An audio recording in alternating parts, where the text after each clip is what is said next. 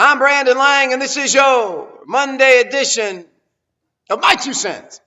And we'll get to another winning complimentary selection in just a moment after the three-team 10-point teaser gets it done in the NFL on Sunday. The Giants to plus 17.5. Did we need the extra 10? Nope, they won it outright. We took the Atlanta Falcons to plus 2.5. Did we need the points? Nope, they blew them out. And we took the Packers to plus 2, actually plus 6.5. Did we need the points? Nope. They got there by a half, courtesy of a backdoor. Nevertheless, today we'll take a look at the total between Auburn and Oklahoma. We'll break it down for you in just a moment. Speaking of breaking it down, we didn't break it down. Raiders implode in Denver. So much on the table for the black and silver. So much for being on the table. So much for your first round bye. So much for hosting a playoff game. Now you got to go on the road in Houston. Good luck with that with McGloin or Connor Cook. Nevertheless, 80-dimer number 2 in a row in college football goes today. You all remember number 1.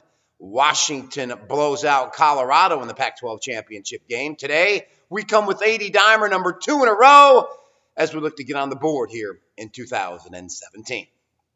All right, complimentary win in a moment. My 2 cents. It's an absolute crying shame that the Washington Redskins couldn't win to put the Detroit Lions out of the playoffs, because watching Jim Caldwell on the sideline last night, completely being outcoached by Mike McCarthy, who I'm not a fan of either. It looked like he should be taking somebody's order at a drive-thru at KFC. The man is completely clueless. In his whole career, he should thank Peyton Manning for putting him on the board and getting him the Lions job. Because if Jim Caldwell didn't have Peyton Manning, Jim Caldwell would not be a head football coach in the NFL. You see, the Detroit Lions stink. Their ownership stinks. Until the Ford family decides to sell the Detroit Lions will be stuck in mediocrity for a long, long time. The Ford family needs to sell, get some new young ownership in there, make some critical decisions, and get my home team turned around. But as long as Jim Caldwell roams the sidelines, and I've said this before, Caldwell plus Matthew Stafford equals going nowhere. That, ladies and gentlemen, is my 2 cents. All right, complimentary winner. And this posted total between Auburn and Oklahoma is up in the 64.5, 65 range, and I'm telling you something right now, I just don't see it. People think that these teams are going to go up and down the field on each other.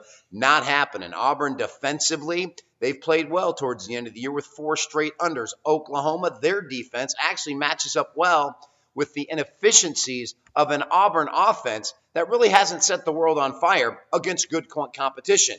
For me, this posted total at 65.